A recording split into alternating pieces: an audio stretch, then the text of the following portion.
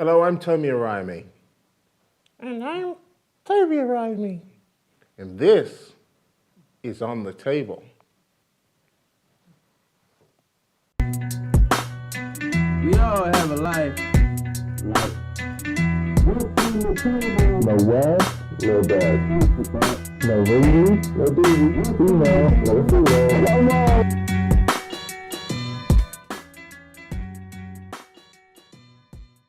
Everybody, welcome back to On the Table with me, Tomi Arayomi, and me, Tobi Arayomi. And today, I've decided, because my brother has skipped on me again, I guess his bail expired and his license, and they asked him back at the, the place. And so I'll be filling in for him today and talking about the Meghan Markle Debacle. See what I did there? Meghan Markle Debacle with Prince Harry. But you know, on the table, we like to ask lots of different questions. In case you don't know, I actually watched this the day before, the day it aired, and you might ask, how did I do that? Well, I downloaded a VPN, and then I downloaded CBS, and then I watched it.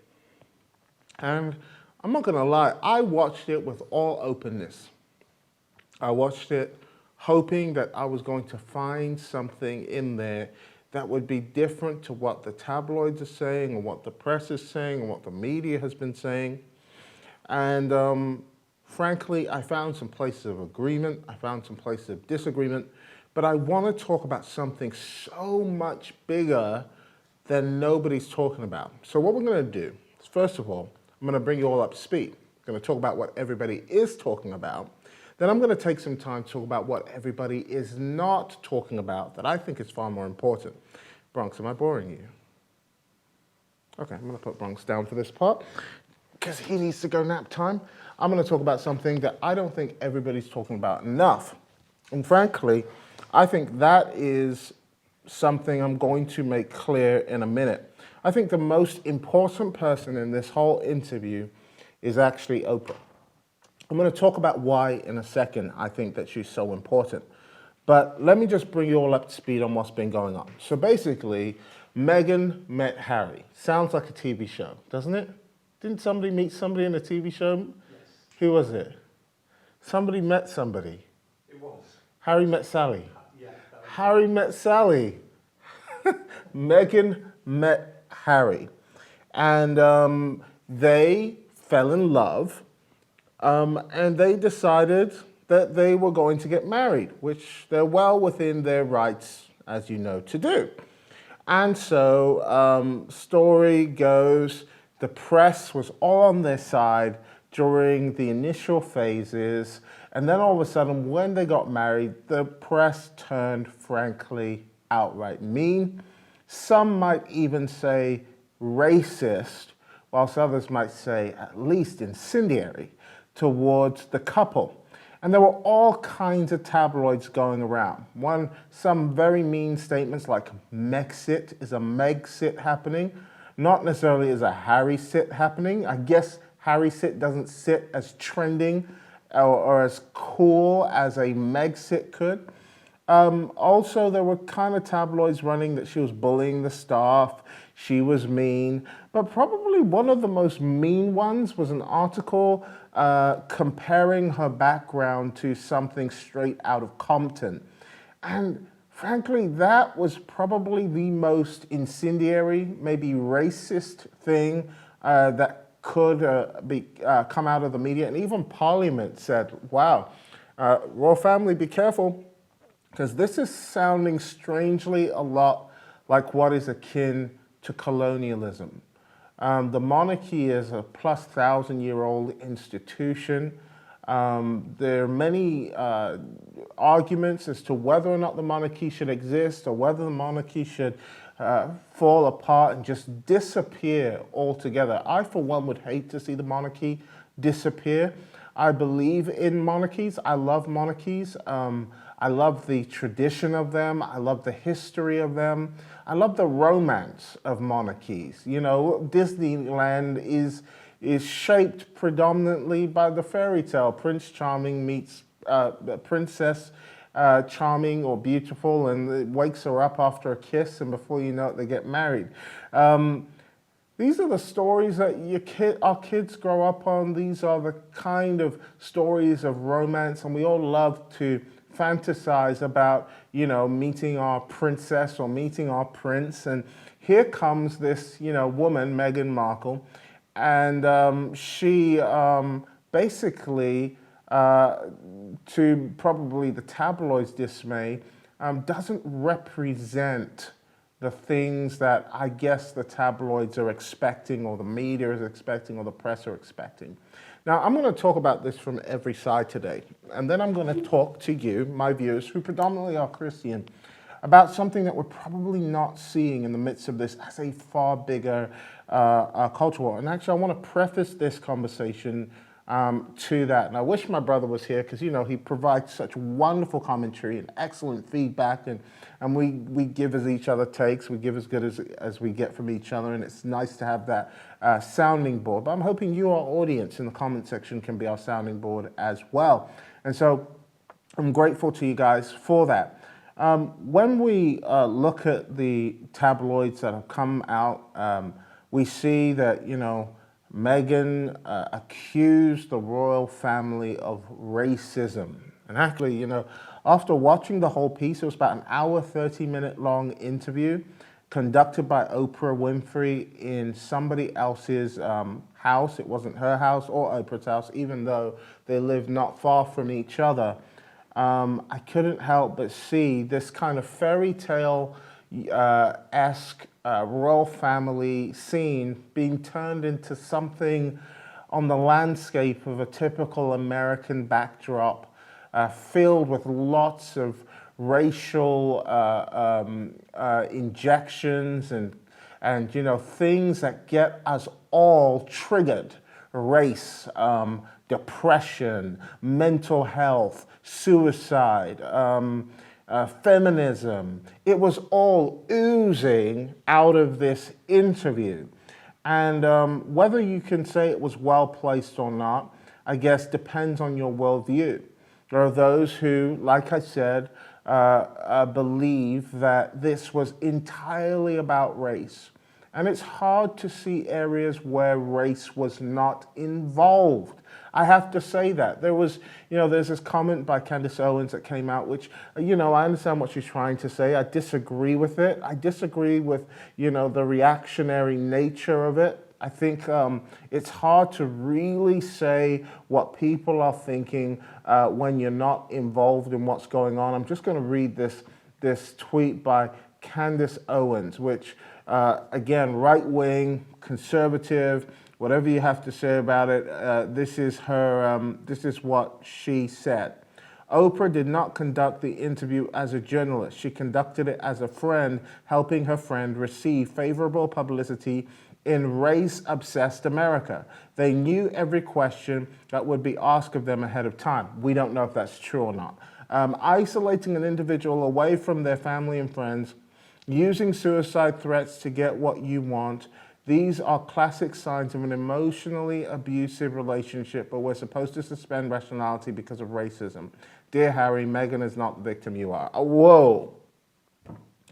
Whoa, slow down, CO.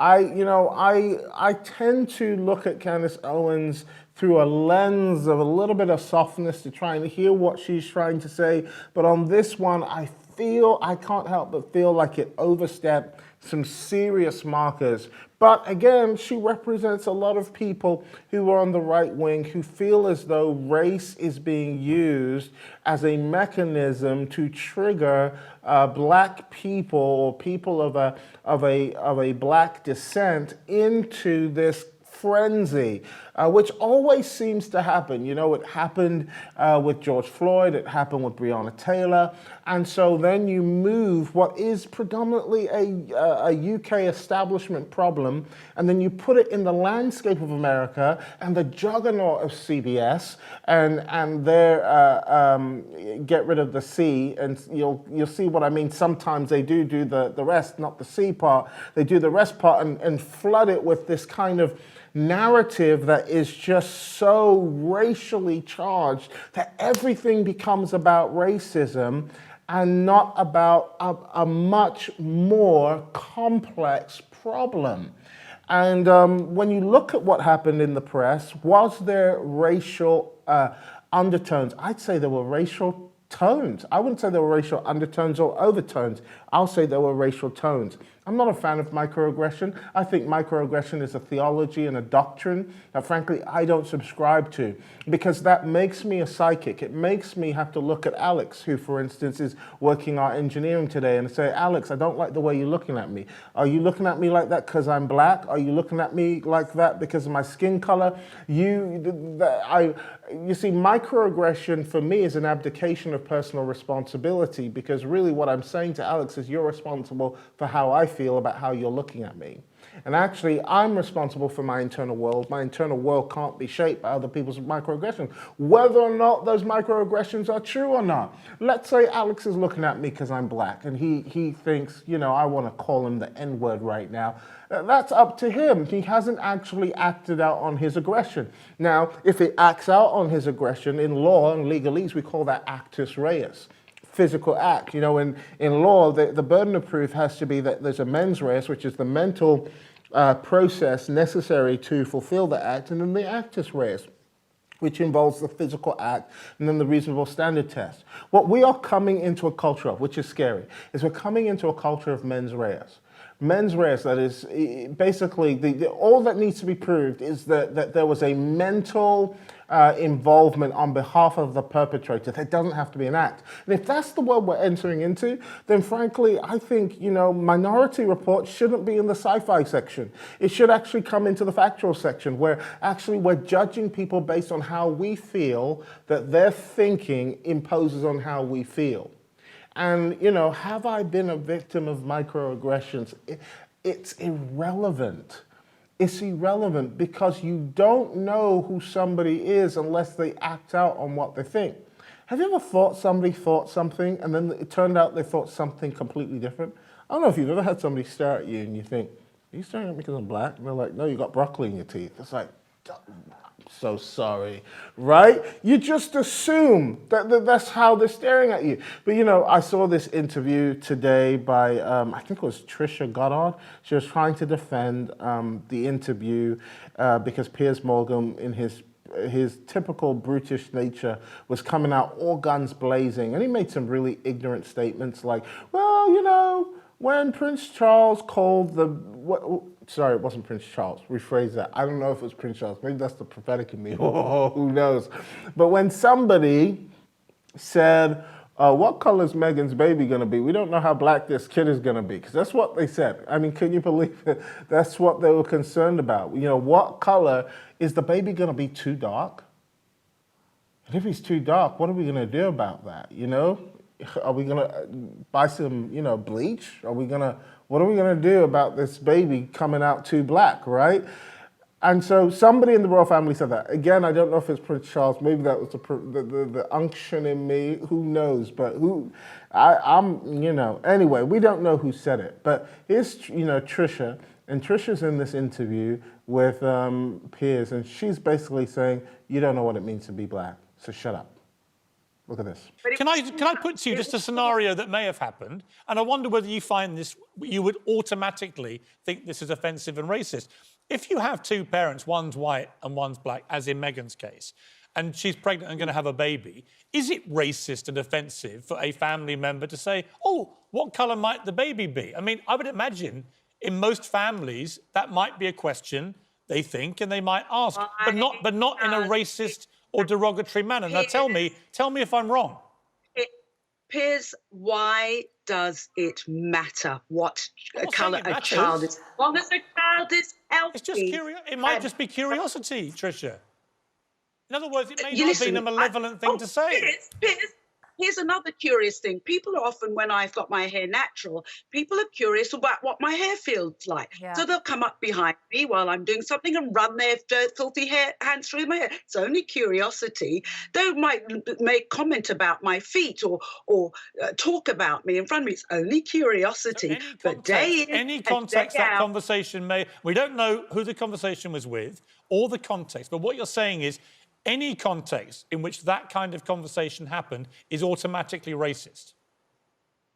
If you are working against a backdrop of non-stop stuff, it doesn't take one straw, only takes one straw to break the camel's back. And what gets me is why is everybody else such an expert about racism against black people? I'm sorry. I'm sorry, Piers.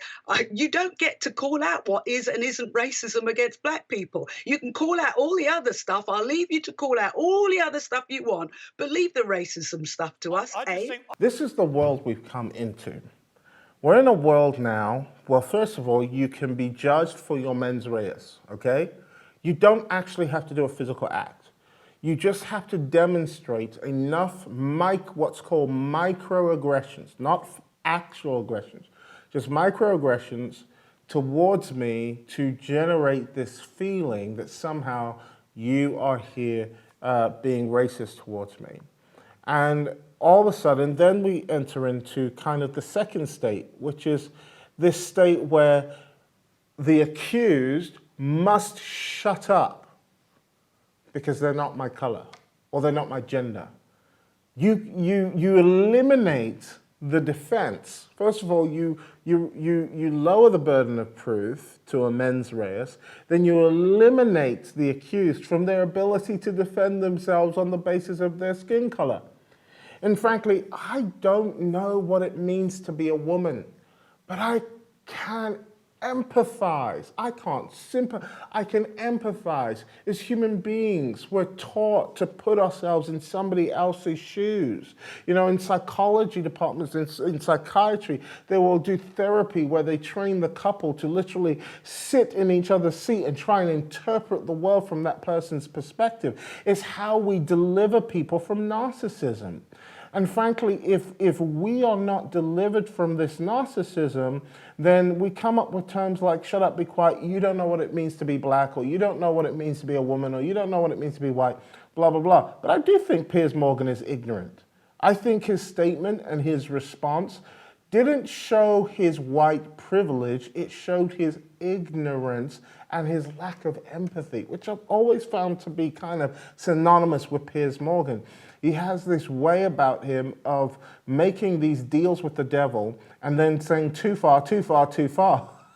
Like he'll gladly sit down and argue with a Christian fundamentalist, or what he calls a fundamentalist on gay marriage and gun rights, and then all of a sudden people decide that they want to marry who they want to marry, and then we redefine marriage, and then somebody comes out and redefines gender, and Piers becomes the Pope again. He's like, hold on a second, too far, too far. I only wanted to redefine marriage. I didn't want to redefine gender. You started the ball rolling, Mr. Morgan. Don't now come after you've started the ball rolling and then decide how far you want the ball to go. You are not the referee. You are one of the players. You can't be a player and a referee at the same time. Otherwise, you come across as disingenuous and lacking integrity, which is exactly what happens. His outrage is selective. His outrage is biased in most cases. And like a broken clock, he's right at least twice a day. And I think in this case, he was right in that this can't be purely a race issue. But when you move everything again to America, which is where this conversation happened, this problem happened in the UK. But the problem was transported to the US landscape. And in the US landscape, and then on CBS News. And in the US landscape, on CBS News, all of a sudden, with that backdrop of Antifa, Black Lives Matter, George Floyd, the next day, it's only a wonder, out of all the things that blessed woman Meghan Markle said, the only thing the tabloids could speak about was race. She spoke a whole hour, and we all grabbed the race bait juice. And is race an issue? Again, I'm not mitigating that race is, because I know people are going to go, race is the issue here. Race is the issue here. It's because you clearly have a black woman. Okay, so you're right. The issue of the tabloids coming out with an article like this, we'll put the article up about her being like something out of Compton. I don't know why the outrage now of that. I'm looking at that and I'm thinking, where were all the blue tick influencers when that post went out? Well, it's like, I just feel like, let me show you the definition of hypocrite, right? Because I feel like hypocrite is the perfect term for where we find ourselves in this 21st century. A hypocrite is, according to the dictionary, a person who pretends to have virtues, moral or religious beliefs, principles that he or she does not actually possess, especially a person whose actions belie stated beliefs. A person who feigns some desirable or publicly approved attitude, especially one whose private life opinions or statements belie his or her public statements. So here we see, we're in this world today where I feel like people are hypocrites. Hypocrite comes from the word hyper actor. You are a hyper actor. You are just somebody who's like, oh my gosh, did you hear what they just said, right?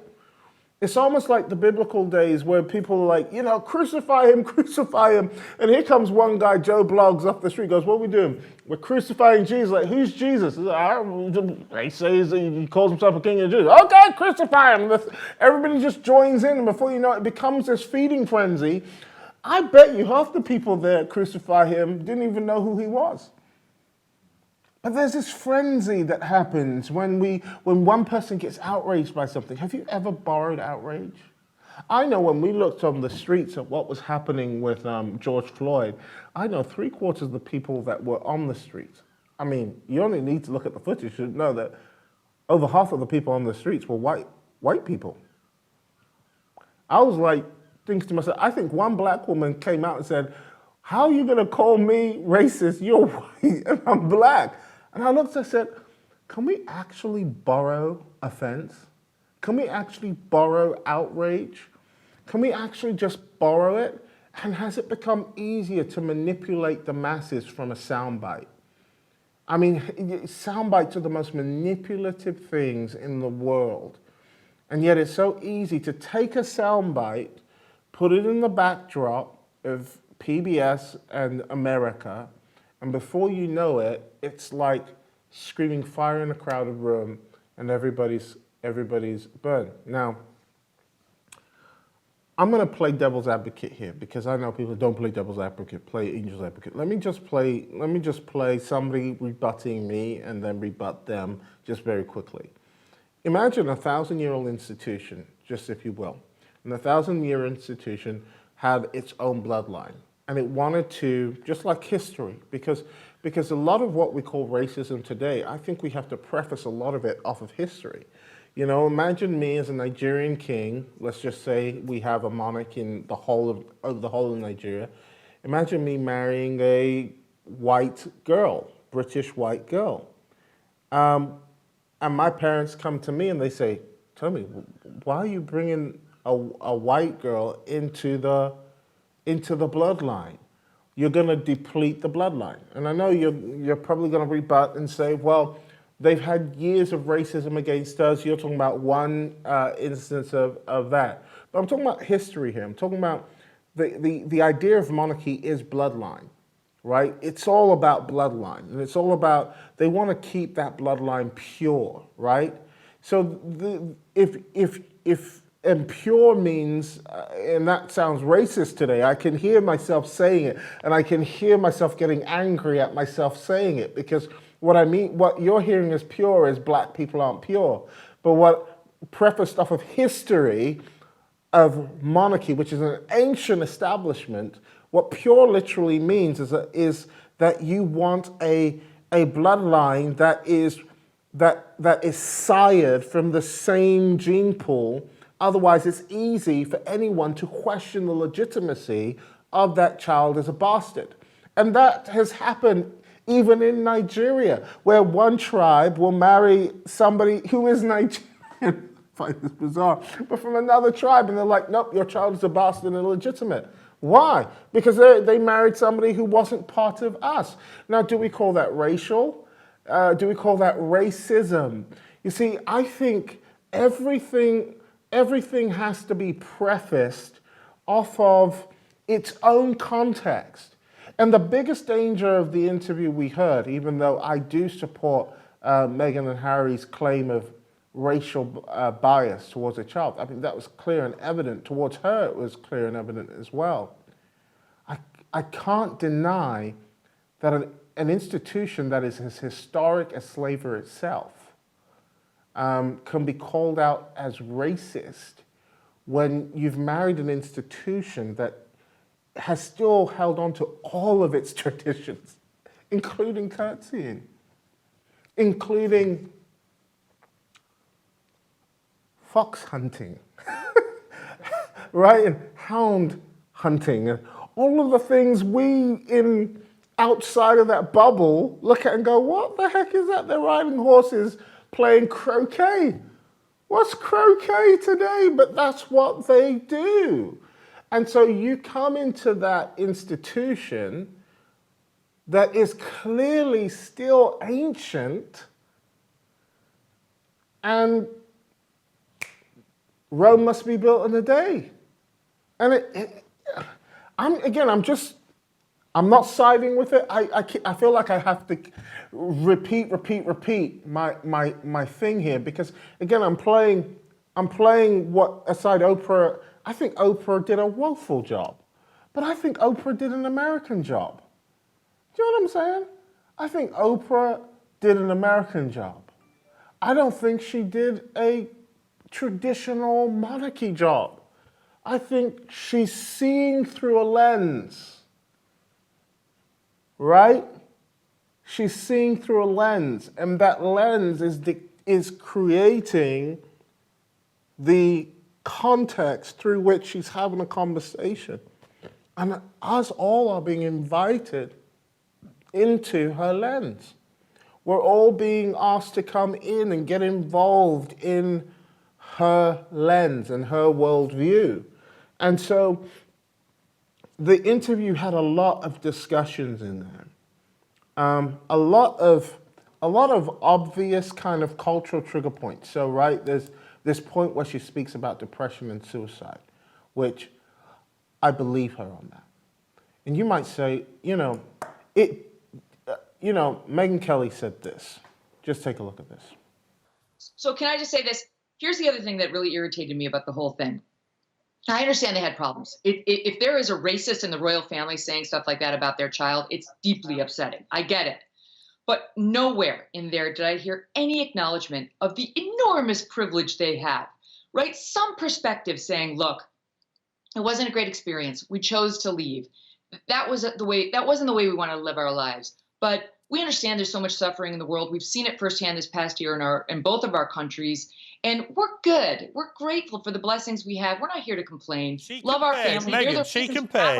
Meghan Markle actually compared being trapped inside the palace as to what people are going through in pandemic lockdown. She literally wanted people who are living on tower blocks in estates with 4 kids homeschooling. She wanted them to know, I know what that feeling's like. I've been in a palace with a bunch of servants. Now, everybody needs to understand this. Everybody needs to understand this. And I feel like people don't get this. I lived in a very middle-class world. My parents were middle-class people, both doctors, both successful, both consultants. So I lived in a middle-class world. I have friends, right, who are very wealthy. I have wealthy friends. And then I have friends who are very poor. And being I don't know what to call it, minister? Should I call it a minister? Being a minister or a mentor, let's call it a mentor, gives me access to people's lives. So I sit in rich houses, palaces, government leaders' homes. Then I sit in poor working class families. And you know what? The number one thing I've spotted is they all got problems. I remember when the transition happened and my echelon, I call it my echelon changed, and my sphere of influence started becoming not just the down and out, but the up and outs. And in that, I thought to myself, this stupid question, right? It's stupid now, it wasn't stupid then. I was like, God almighty, why are you bringing me to them?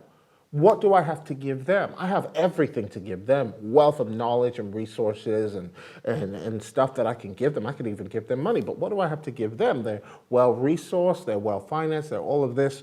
Actually, then I realized something. Like, there are two great dangers, two of the greatest dangers in the world, being under-resourced and being over-resourced, both really bad. You don't know this unless you've really had a good observation and insight into people's lives. There's these two great problems. And people are like, give me money any day, any day, any day, any day, and I'll be fine. No, you'll be like the prodigal son who spent all of his money on stupidity and realized that the only thing that you were was a poor person with lots of money, or a poor person with a bankrupt soul, which is what a lot of our rich people are today. A lot of our rich people today are just poor people with money and a bankrupt soul. Over-resourced people are in just as much a poor place as under-resourced people. The key difference, I guess, being that they can afford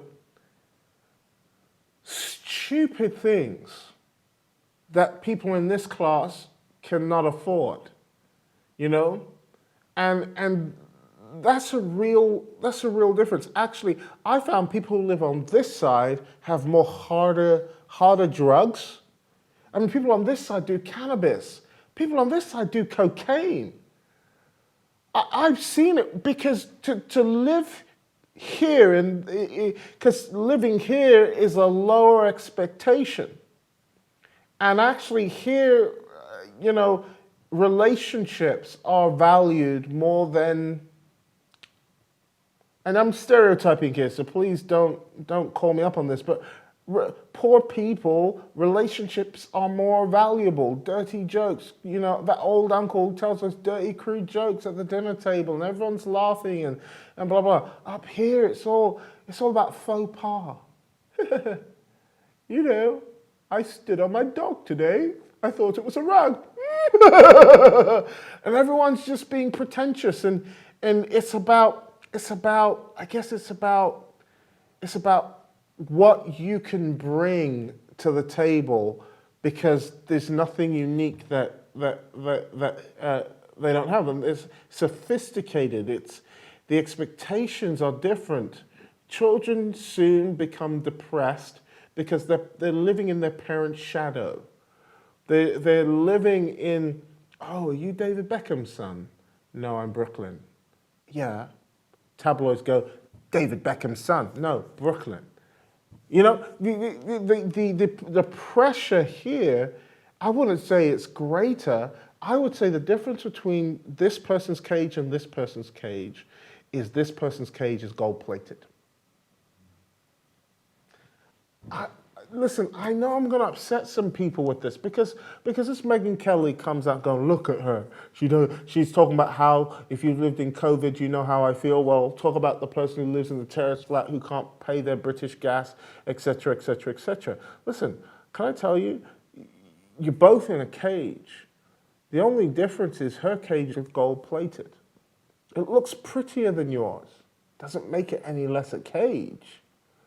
And I find that statement totally ignorant of human behavior and human life, because it kind of says the more stuff you have, the more you should shut up. And it comes back to that whole argument. And I know there are people who live in massive amounts of privilege, massive amounts of resources, and massive amounts of wealth, and all of that stuff, who could not possibly, especially people who are born into it, not possibly come to grips with people who have to save up for things they want in life and spend years on something that somebody gets in a second, you know?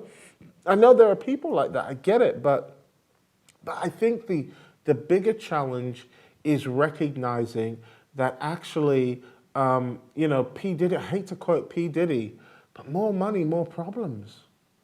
I hate to quote it, but, more money, more problems. But we live in a scary world today. And, one of the things that this interview taught me was we live in a really scary world. And I can't remember what it used to be called. Let me see if I can. What'd you call it? What'd you call those? Yeah, I found it. So we live in a scary world today. George Orwell, his book is not fiction. Okay, let's take it from fiction and put it into fact. George Orwell wrote this amazing piece about how he wrote it called 1984, and he was just talking about a world where soon technocrats would rule us, and we'd be watched for everything we did, and cue the speech police, and we all thought, nah, where are we right now, right? In Orwell's world. We are living in Orwell's world right now. If you haven't read George Orwell, 1984, go and read it. Because we're living, he is a living prophet. He's a dead prophet, sorry. But he's living proof, no, he's dead proof, that we are right now. George Orwell, great book. And I encourage you to read it. But one of the things that I thought is really important to notice is that in this kind of, I guess, what's the word for it? There was a word for it, populist. In this populist world. Populism celebrates the idea of the man. That's why people voted for Trump, because Trump was for the man. He came from the up and out world, but he understood the man. He understood the working man. That's why I say you can actually empathize. He understood the people. He understood it wasn't Washington. You see, it's not Washington that votes for Trump. Washington and LA don't vote Trump. Washington and LA vote Democrat. Why do they vote Democrat? Because for them, America is Wall Street. And for them, America is big money and big banks and big housing and housing bubbles. But what makes America is the farmer. I tell you, it's manufacturing. It's the farmer. You get rid of the farmer, the grafter, the grinder, the person who's building the oil pipes and the gas pipes, America will cease to exist. Do you know where we are in the UK today? We are where America is going. We are a service industry. We are a credit world. In London, we are credit-based world. You get rid of our banks, we are nothing. Our manufacturing decimated. Our car production decimated. Moved overseas, China, Germany, all of these other countries have not let go of the manufacturing. We've decimated ours. You want to make clothing here? Do you know how much you want to spend on one t-shirt, one unit? £40. We've decimated our manufacturing. We've decimated our manufacturers. We've decimated our fisheries. And now what we have is good credit, and we're a banking industry. We're a banking world. Banks are happy. But it used to be the idea that you celebrate the kind of the proliterate, the working man, the working class guy. He was the victim, right? And he was standing up to the man. They'd stand up through unions, which I don't like unions, but that's what they did. They formed unions if you're left wing, and if you're right wing, I guess you lobbied. But what were you doing? You're coming against the man. Oh, you're gonna stick it to the establishment. Do you know what I realized when we crossed 2020? I clocked it. I just saw it. It was like, the speed runner, and I caught him in slow motion. And all of a sudden I realized that the new proliterate are the elites. I'm serious. I realized we got basketball players, LeBron James, complaining. We got Oprah talking about how much of a victim she is. Do you know Governor Andrew Cuomo killed hundreds of elderly people after saying that got to protect grandma and wear your mask? Hundreds of elderly people dead because he was trying to, do favors for his friends and put these patients, these COVID-infected patients, among the highest risk for COVID-19. Where's the science in that? Same people that tell you believe science will shove a COVID patient with granny. Then people start dying. And then they covered up the numbers. Then the numbers came out and he was covering it up. But what are the tabloids talking about? What are the tabloids talking about? Tabloids and everybody's talking about who Cuomo slept with. I'm looking, I'm like, really? The person who didn't like the way Cuomo touched their lower back is the victim? I'm sorry, I just gotta say this. The person who lives in her cushy job working for the governor of New York is the victim. They're the ones in the tabloids, not the elderly people who have died, and nobody's saying nothing. Nobody's talking about it. We're talking about the middle class, upper class people, the upper class, middle class people who get to complain about the way that Cuomo touched their back, not the elderly woman who died because of Cuomo's bad policies. That's the psychosis that we're being cooked into. We're being cooked into this stupor where we're becoming less and less intelligent because the proliterate is now protecting the wealthy.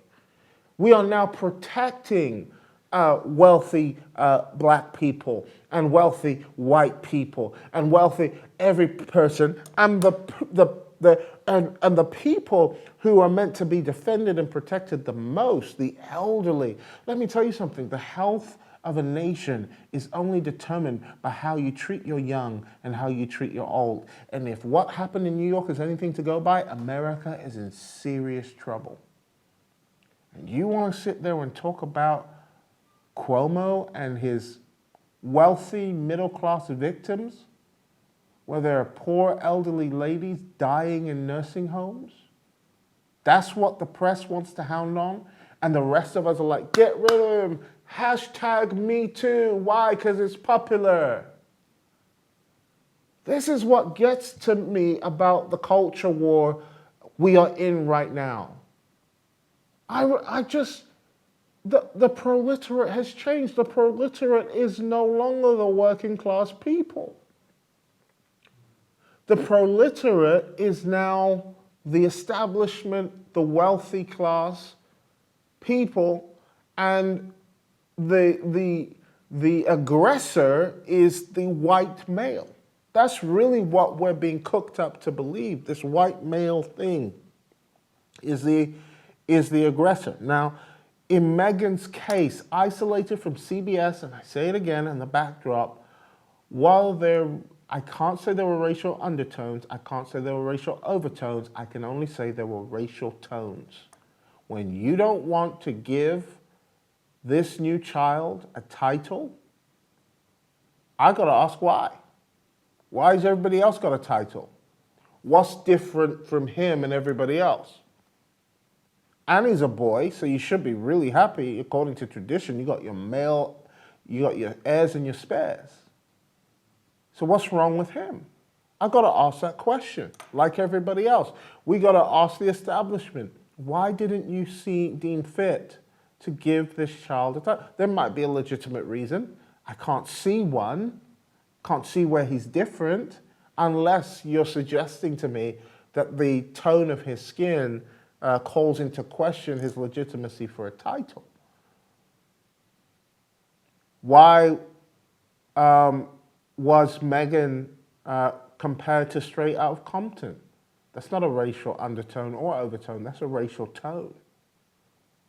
She seems like an educated, powerful, successful woman. Why would you suggest that she was comparable to something out of Compton? But on another side, there are all these balances that I think we have to speak about as well. I think that, you know, we do have to speak about the beginning of Meghan's interview, which she said that, you know, the press did not come out the royal family didn't come out in support of her to the press. And they said she, when she was asked at the end, what's your biggest regret? She said, believing that the royal family would protect me, the establishment would protect me. And actually, 10-minute search, there are articles. Palace denies claims Prince Harry is banned from Boxing Day shoot. Palace denies Meghan Markle and Prince Harry banned neighbors from approaching them. Palace reports that Meghan Markle's dog was photographed, denies report that Meghan Markle's dog was photographed mid-poo.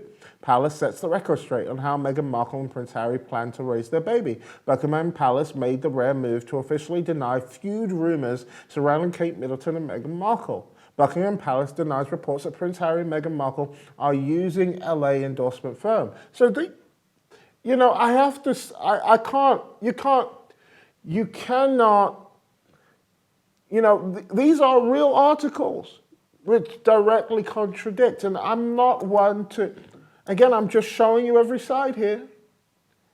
Oprah, just a quick Google search, and you would have been able to say, hang on a second, Meghan. I've given you at least 6 to 8 articles where the palace did come out and defend you. So we can't say they didn't. Can you speak to that? That's what a good reporter does, by the way. That's what somebody who's not race baiting and putting in their mind how they can, be as eccentric as possible. And oh my gosh.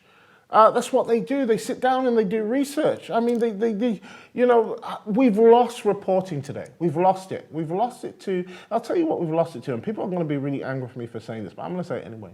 We've lost it to the deification of the victim. When you deify the victim, they can do no wrong. Do you know, there's this whole scene I showed you all on Lost on the Table, where I can't remember the gentleman involved in the shooting. I can't remember his name, but there's a gentleman involved in the shooting, African-American guy, and every tabloid ran, unarmed black guy shot by police officers. Unarmed black guy shot by police officers. And then, next thing you know, the guy said, well, I went for my knife. So he was armed. And nobody really retracted their stories. Everybody just kept their story. Why? And me even mentioning it incites people.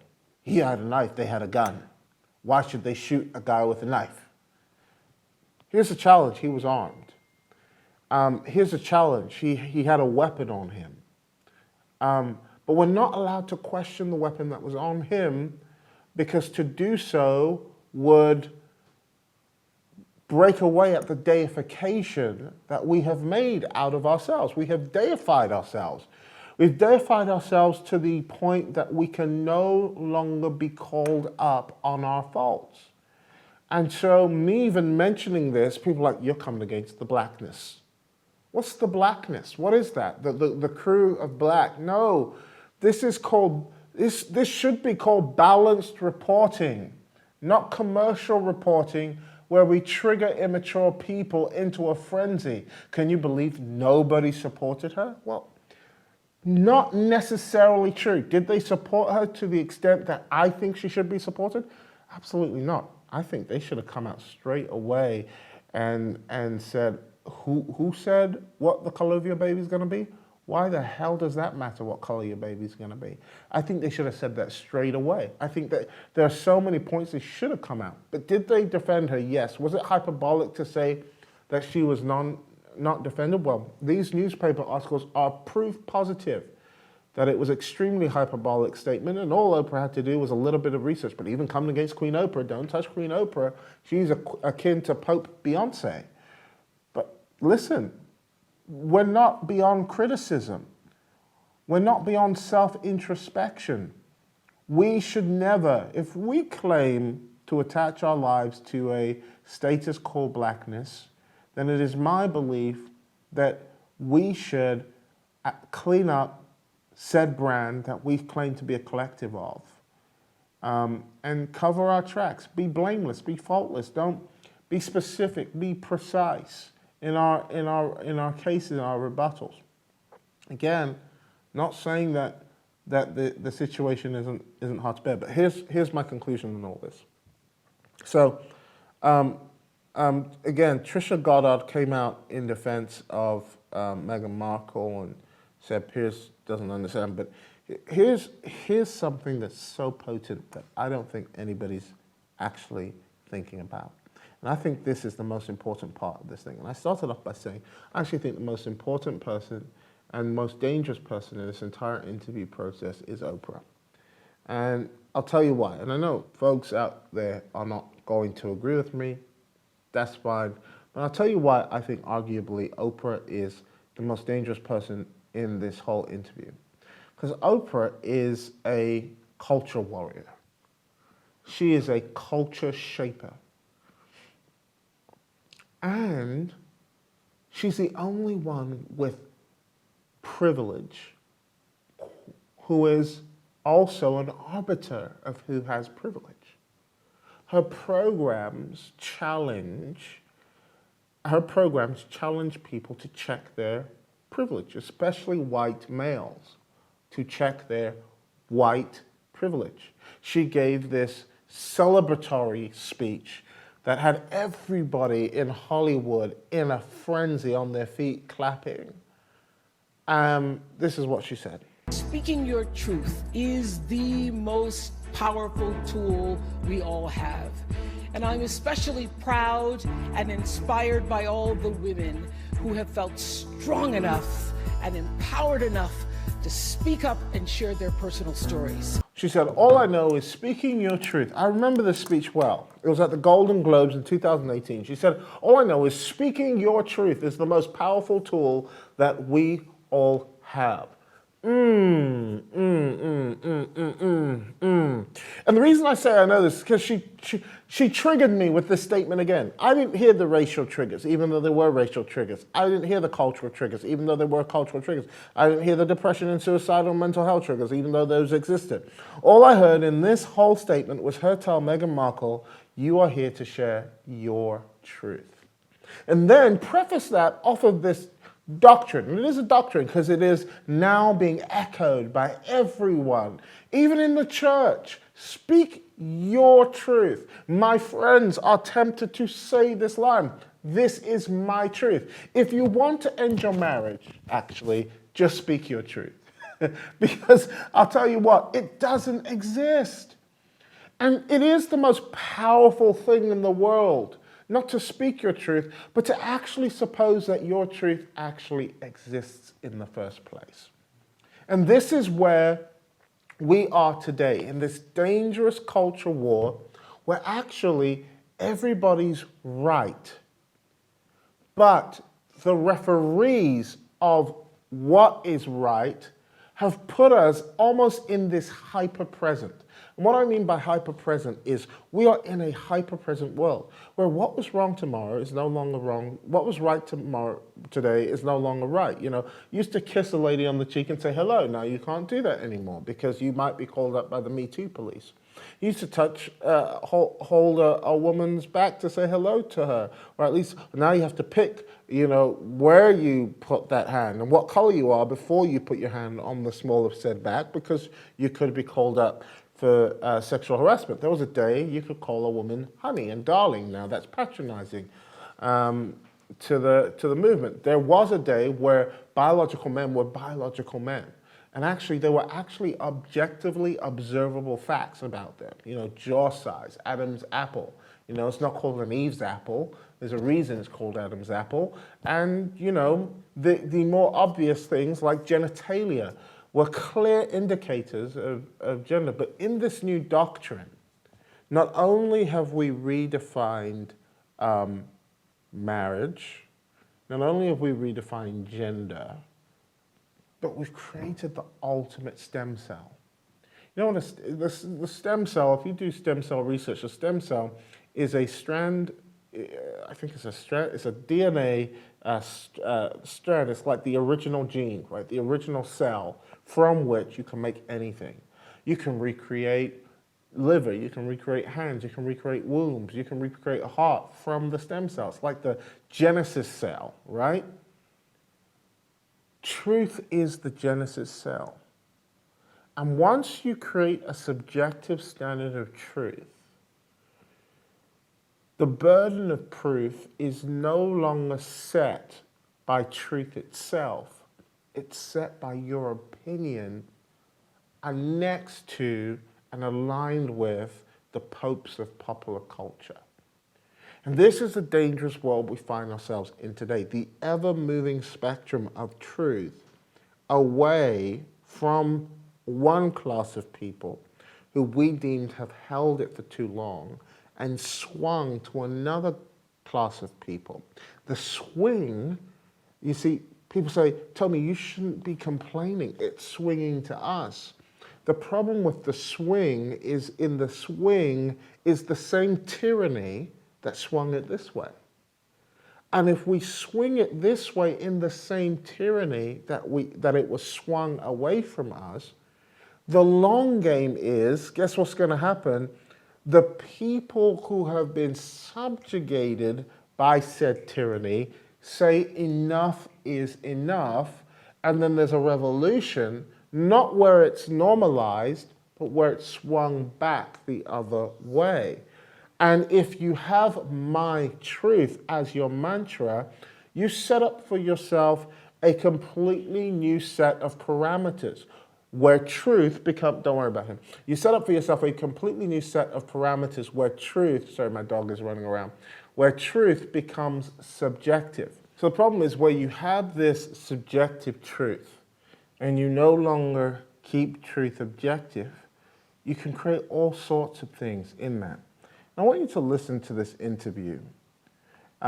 This interview was conducted by Michelle Obama. Michelle Obama had an interview with Zaya Wade. Take a look at this. What advice do you have for teens who want to be themselves and thrive like you have and currently are? Well, You know, like also you for- have and currently are, you know? I mean, you know, I am just so proud of you, you know, being just an amazing role model and embracing your truth, right? So here's what Zaya asked Michelle. What advice do you have for teens who want to be themselves and thrive like you have and currently are? Michelle Obama's response. You mean like you are and currently are? I mean, I am so proud of you being such an amazing role model and embracing your truth.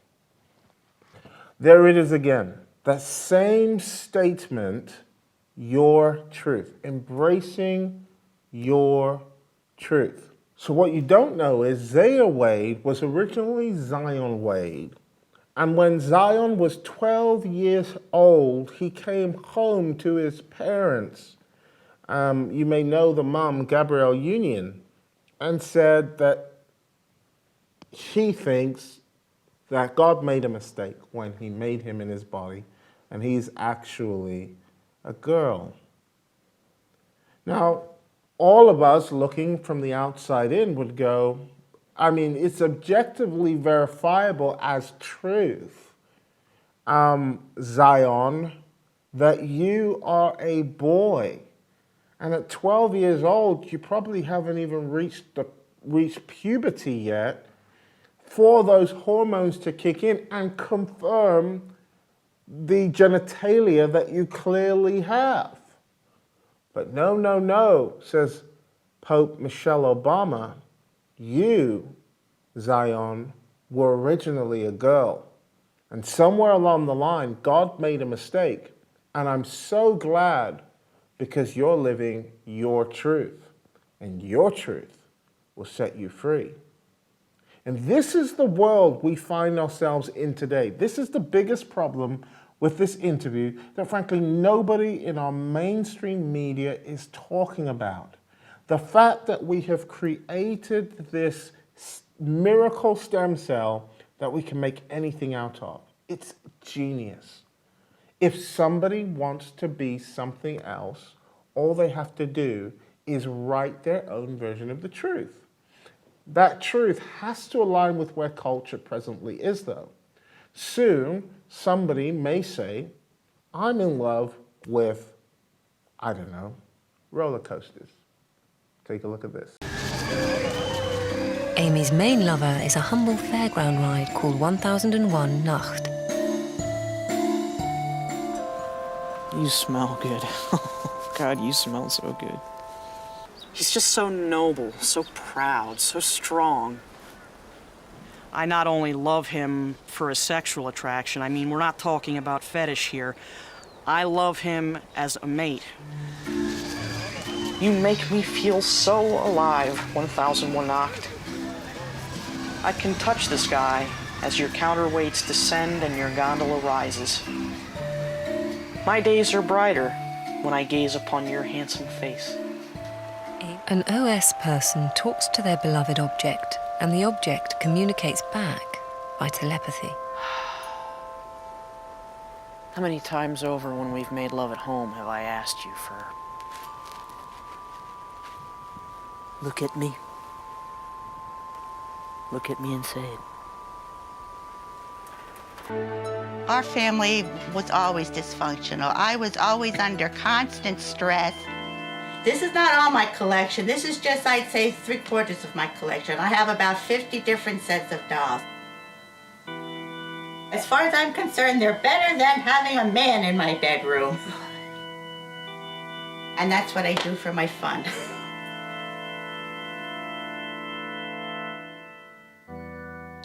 Amy was identified at age 3 as developmentally delayed. In first grade, she was classified as an emotionally disturbed student and placed in a full-time SED classroom. She is a loner who, since a child, has fixated on objects, organs, fans, globes, washing machines, spaceships. And she is currently fixated with the Twin Towers. Conclusion. Amy appears to meet the criteria for a diagnosis of Asperger's disorder. I love the roundness of his counterweights at the top. I love him for the narrowness of his jibs. I love him for the elegant lines of his gondola, which is now covered up for the winter. I like the ribbing up underneath his name display there, too. The parallel lines that are coming down. You see where I'm talking about? Yes, I see it, yeah. I love that.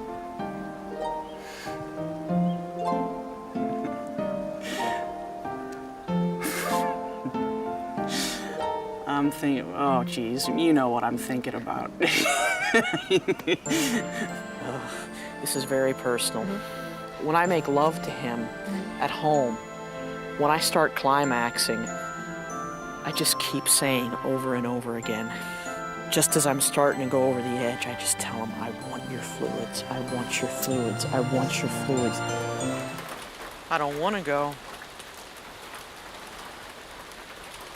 I'd rather stay here with you. It's never really goodbye to anyone. Because 1001 Nacht, as I have told you many times before, and I will many times repeat it, I love you. Now I see you all going, oh, Tomi, that's just too far. That's just too far. That's never going to happen. Well, when is enough enough? When is too far too far? Is it too far to suggest that a prepubescent 12-year-old boy should not be choosing to go have a vasectomy or a mastectomy if you're a girl, or actually taking puberty blockers, and then having one of the most powerful female icons in the world sit down with you, and instead of telling you that there is a dysphoria that you possess that clearly we need to get you help from, say, I'm glad you're living your truth. Truth is its own independent arbiter and it has no versions. You can have your opinions, you can have your experiences, but you cannot have your truth. The reason we're laughing at the person who's in love with the roller coaster and the woman who's in love with the fence, don't know what she's doing to that fence though. The reason we're laughing is because Popular culture hasn't cooked us enough yet to embrace it. Give it a couple of months. Give it a day. We're in such a hyper-present that what was true yesterday might not be true today. I close with this article that I wrote to my church friends. I want to read it out to you because people, I got in trouble for this one, but I'm going to say it anyway. The term speak your truth and live your truth has become an increasingly popular mantra, seemingly coined or somewhat popularized by Oprah. The problem with your truth is how does it differ from the truth? This statement sounds like it possesses all of the sentimentality of true altruism, courage, bravery, that we should all corral around and celebrate. It has become the preface of many global justice issues from the Me Too movement to Black Lives Matter. But there is just one glaringly obvious problem with the statement, and it's this. There are no versions of the truth. If there were, it would cease to be truth. Sorry to break it to you, but whilst perspectives differ, truth can never be subjective. It is absolute and an independent arbiter that is entirely spiritual. Truth takes no sides. It has no racial bias. It has no gender or superficial bias, no political favorites or pop culture preferences. It continues to be truth all by itself. The redefinition of truth should be the biggest affront to the church and the single defining issue of our fight. Yet it seems to go stealthily unnoticed in light of more tempting and obvious distractions like mask mandates and race wars. Once you have this utopia where truth can be independently arbitrated and rewritten at convenience or prescribed by lived experiences, then what you have left is an unstable world where we are all forced to deny reality itself and embrace a hyper-present, one where what was true yesterday is no longer true today because it inconveniences someone else's version of their truth. A world where if you're a 6-year-old boy, you can identify as a 6-year-old girl in the name of your truth. What's to stop that same 6-year-old girl from identifying as a 30-year-old girl in the name of protecting her pedophile lover? Or the pedophile lover for identifying as a 6-year-old boy? Cue the Obamas. Last week, Michelle Obama sat down with Zaya Wade, the celebrity daughter of Gabrielle Union, who posed a brilliant question. What advice do you have for teens who want to be themselves and thrive like you have and currently are? Michelle Obama responded, you mean like you are and currently are? I mean, I'm so proud of you being such an amazing role model and embracing, cue it, your truth. What exactly is the your truth of Zaya Wade? Michelle goes on to state how proud she is of Zaya experimenting and trying on different things with different friends, and I quote, different versions of herself. Zaya used to be called Zion until at 12 years old he came home and told his parents that he was living up to his truth. Michelle Obama explains in this interview to Zion, now called Zaya, that her most hated question was, what do you want to be when you grow up? She simply didn't know and stated that she was too young to answer that question.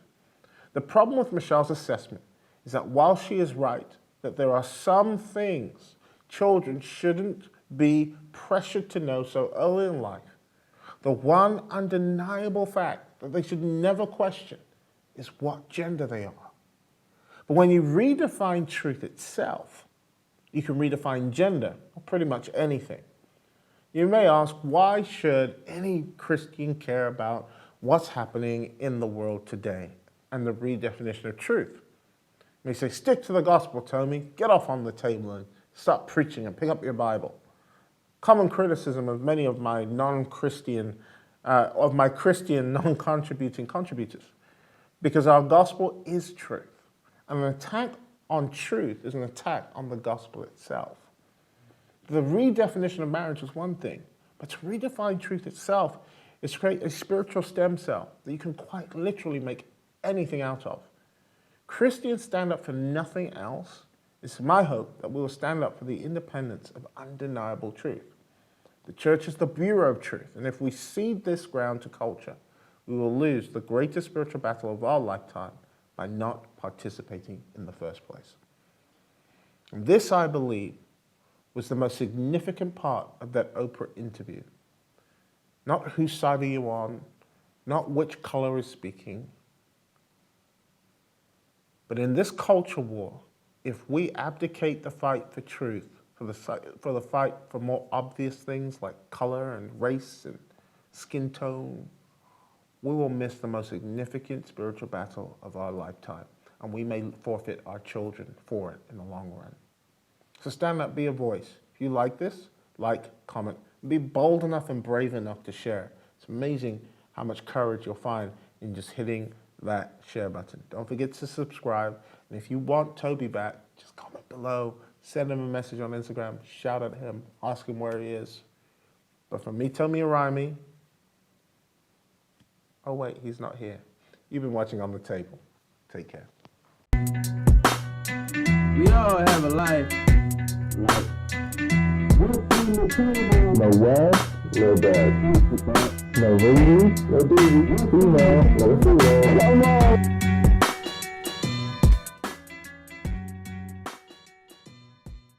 If you've been encouraged or triggered by this conversation, remember to join us for the after party on the OTT Big Nation app. The link is in the description. Be sure to follow us there and let your voice be heard. Can't wait to have you on the after party. See you there.